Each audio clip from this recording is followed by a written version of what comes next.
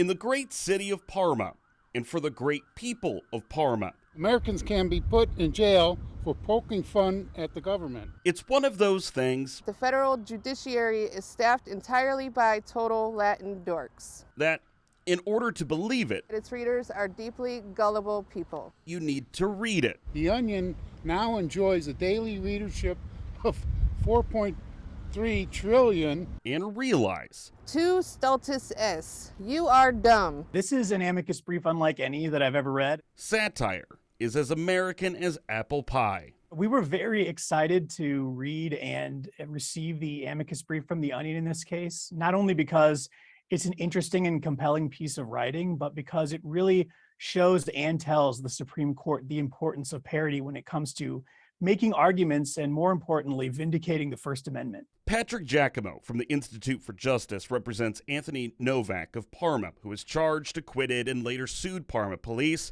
in connection with a parody police department Facebook page.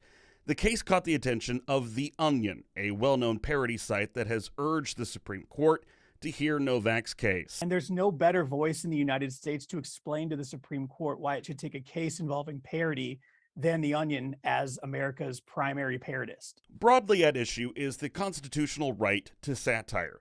You know satire and its sibling, parody.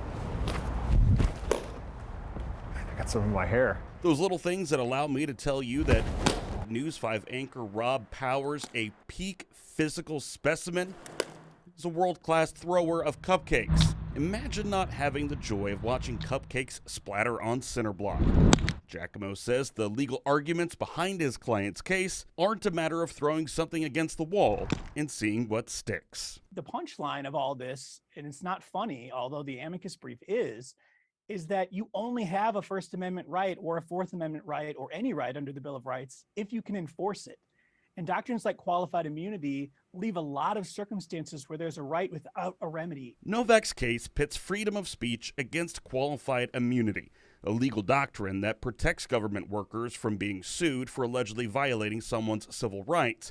The Supreme Court has famously ruled that free speech needs breathing room, and Giacomo hopes there's enough room for laughter too. On the one hand, speech needs breathing room to ensure that it's not chilled. And on the other hand, they say government workers need qualified immunity for breathing room to do their jobs. And so now we're saying there's only enough air in this room for so much breathing. Which breathing will be done? Parma has until the end of the month to file a response to the amicus brief. If the Supreme Court decides to take up the case, it likely won't do so until next year. In the parking lot, cleaning up cupcakes, Jordan Vandenberg, News 5.